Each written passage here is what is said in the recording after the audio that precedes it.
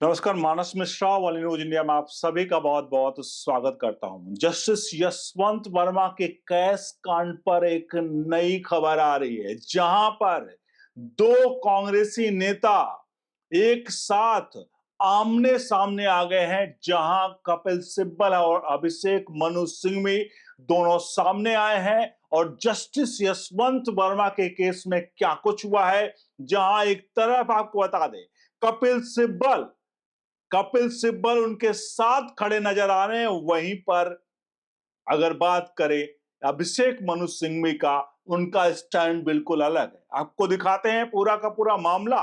और ये दो वकीलों के और बड़े वकील जो है सुप्रीम कोर्ट के, उनके सामने आने से पूरा का पूरा मामला जो है वो 360 डिग्री घूम चुका है। आपको दिखाते हैं क्या है पूरा का पूरा मामला।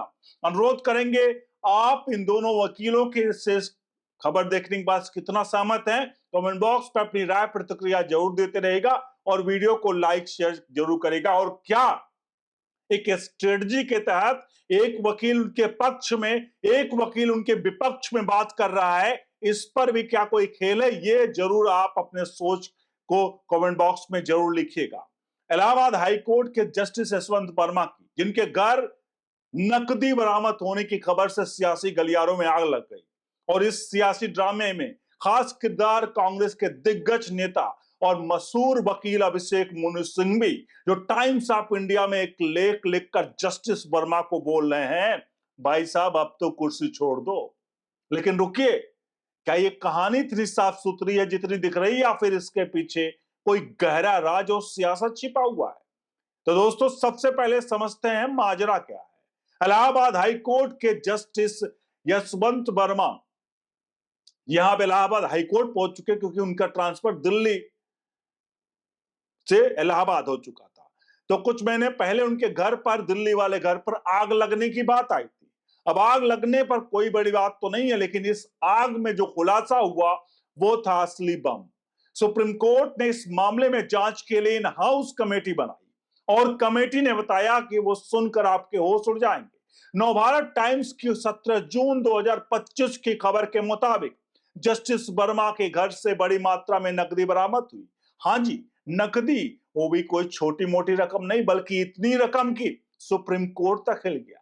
अब ये सवाल है, नकदी कहां से आई और इस आग का क्या चक्कर था? कुछ एक्स के पोस्ट ने तो दावा किया कि जली हुई नोटों की गड्डियां मिली। एक यूजर ने लिखा, जस्टिस वर्मा के घर से जली हुई नोटों के बरामद, वीडियो भी वायरल। लेकिन दोस्तों, ये सोशल मीडिया के दावे हैं, कोई पक्का सबूत नहीं। जस्टिस वर्मा ने आरोपों को सिरे से खारिज कर दिया। उनका कहना है, ये नकदी मेरी नहीं थी और ये सब साजिश है। लेकिन भाई साहब, जब सुप्रीम कोर्ट कमेटी कह रही है कि नकदी मिली, साजिश का कार्ड कितना चलेगा? इस मामले को इतना गंभीर माना गया है कि तत्कालीन चीफ जस्टिस संजीव खन्ना ने सीधे राष्ट्रपति द्रौपदी मुर्मू और प्रधानमंत्री नरेंद्र मोदी को पत्र लिख डाला। उनका कहना है था कि जस्टिस वर्मा के खिलाफ महाभियोग प्रक्रिया शुरू की जाए। अब महाभियोग कोई छोटा मोटा कदम तो नहीं है, ये वो प्रक्रिया है जिसमें एक जज को उसके पद से हटाया जाता है। और भारत में पिछले 78 साल में एक भी जज के खिलाफ महाभियोग पास नहीं हुआ है। नवभारत टाइम्स की 4 जून 2025 की खबर के मुताबिक केंद्र सरकार के पास अब मानसून सत्र में जस्टिस वर्मा के खिलाफ महाभियोग प्रस्ताव लाने की तैयारी कर रही है। लेकिन रुकिए, यहां सियासत का खेल शुरू होता है। कांग्रेस इस प्रस्ताव के खिलाफ खड़ी हो गई। कांग्रेस सांसद विवेक तनखा ने राज्यसभा सभापति को पत्र लिखकर कहा कि इस आधार पर महाभियोग नहीं चल सकता। तो क्या कांग्रेस जस्टिस वर्मा की ढाल बन रही है, या सिर्फ बीजेपी के खिलाफ सियासी स्कोर सेटल करने का मौका मिल रही है? अब स्टेज पर एंट्री होती है अभिषेक मनु सिंघवी की। ये, जी हाँ, ये वही सिंघवी साहब है जो मशहूर वकील हैं, राज्यसभा सांसद हैं और कांग्रेस के बड़े सियासी खिलाड़ी हैं। 17 जून 2025 को सिंघवी ने टाइम्स ऑफ इंडिया में एक लेख लिखा, जिसमें उन्होंने जस्टिस वर्मा से अपील की कि वो खुद इस्तीफा दे दें। बड़ास फॉर मीडिया की खबर के मुताबिक सिंघवी ने लिखा कि जस्टिस वर्मा का इस्तीफा न्यायपालिका की साख बचाने के लिए जरूरी है। अब भाई, नैतिकता की बात तो ठीक है, जब नैतिकता का पाठ पढ़ाने वाला खुद का भी बादू का पिटारा हो तो थोड़ा अजीब सा लगता है ना। सिमी साहब का इतिहास भी कम मसालेदार नहीं है। 2012 में कथित सीडी विवाद में उनके सियासी और पेशेवर जिंदगी में भूचाल ला दिया था। टाइम्स ऑफ इंडिया की खबर के मुताबिक इस विवाद के चलते उन्हें कांग्रेस प्रवक्ता और संसदीय समिति के अध्यक्ष से हाथ धोना पड़ा था। और आपको बता दें, सिंघवी ने दावा किया कि वो सीडी जो था वो फर्जी था, लेकिन सियासी नुकसान तो हुआ। फिर 2018 में नीरव मोदी के उनकी पत्नी अनीता सिंघवी पर आर्थिक लेन-देन के आरोप लगे। नवभारत टाइम्स की खबर के मुताबिक आयकर विभाग अनीता सिंघवी को नोटिस भी जारी किया। और तो और दिसंबर 2024 में उनकी राज्यसभा सीट के नीचे नोटों की गड्डी मिलने का भी मामला ताजा है। नवभारत टाइम्स के मुताबिक सिंघवी ने साफ कहा कि वो नोट उनके नहीं थे, लेकिन भाई जब जस्टिस वर्मा कहते हैं कि उनके घर में नकदी नहीं थी, तो हम उनकी बात पर सवाल उठाते हैं, और जब सिंघवी साहब कैसा कहते हैं तो उनकी बात मान ले, तो डबल स्टैंडर्ड हुआ ना। लेकिन इन सबके बीच में एक और बड़ी बात आपको बता दें, क्योंकि कहानी आगे बढ़ाएं, इस कहानी में थोड़ा सा ब्रेक लेंगे। ब्रेक ये है कि उपराष्ट्रपति जगदीप धनखड़, उनका भी बयान बड़ा ही मतलब जबरदस्त है। उन्होंने एक बात कही, उन्होंने कहा कि जो पैसा पकड़ा गया वो आग लगी थी तब पकड़ा गया, आग पहुंची तो पैसा पकड़ा गया। अब इस बयान के अगर मायने निकाले तो उनका ये कहना था, देखो कोई जांच नहीं हो रही थी, ना कोई छापेमारी हुई, ना कुछ भी हुई, वो तो बाय डिफॉल्ट एक जगह आग लग गई और वहां पर ये पैसा, आग लगने के बाद फायर ब्रिगेड की टीम पहुंचती और पैसा बरामद होता है। लेकिन अगर ऐसी भी जगह हैं, सोचिए, जहां तक आग नहीं पहुंची, मतलब साफ है कि ऐसी बहुत सारी जगह हैं जहां आग नहीं पहुंची, तो वहां भी पैसे हो सकते हैं। इस बात से हम झुठला नहीं सकते हैं। लेकिन अब इस कहानी की तरफ करते हैं और इस कहानी को थोड़ा और गहराई से देखते हैं। सबसे बड़ा सवाल यह है, जस्टिस वर्मा के खिलाफ आरोप इतने गंभीर हैं कि महाभियोग जैसा कदम उठाना जरूरी है, या फिर सब सियासी दबाव का हिस्सा है। नवभारत टाइम्स 27 मई 2025 की खबर के मुताबिक सुप्रीम कोर्ट की कमेटी नकदी का स्रोत स्पष्ट न होने की बात कही है, और आग की घटना ने इस मामले को रहस्यमय बना दिया।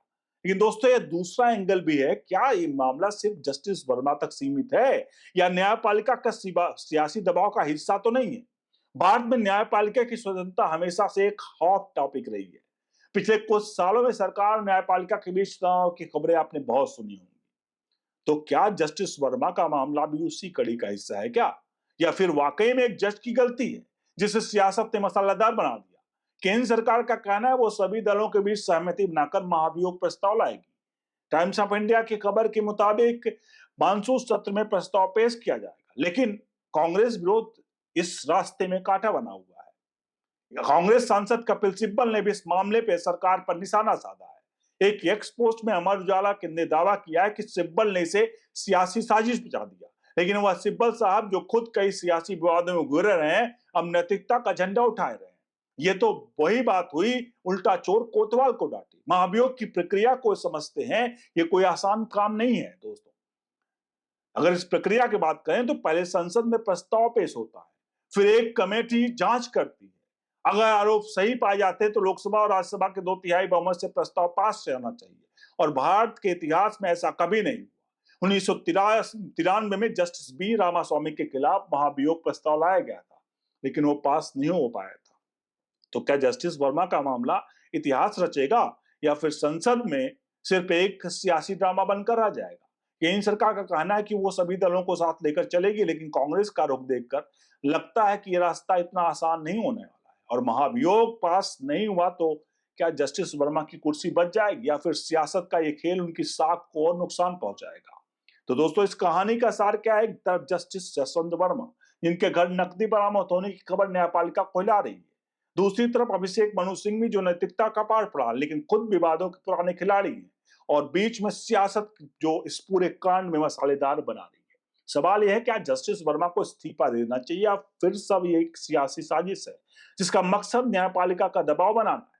और अगर नैतिकता की बात हो रही है तो क्या सिंघवी साहब को पहले अपने पुराने कांडों का जवाब नहीं देना चाहिए? अगर जवाब कांच के घर में रहते हैं तो दूसरों पर पत्थर फेंकना थोड़ा रिस्क नहीं होता है? ये सब मामला एक जज का, एक नेता का नहीं, ये हमारी न्यायपालिका की साख का सवाल है, हमारे लोकतंत्र की नींव का सवाल है। अगर एक जज पर इतने गंभीर आरोप लगते हैं तो क्या उसे कुर्सी पर बने रहने का हक है? एक सवाल और है।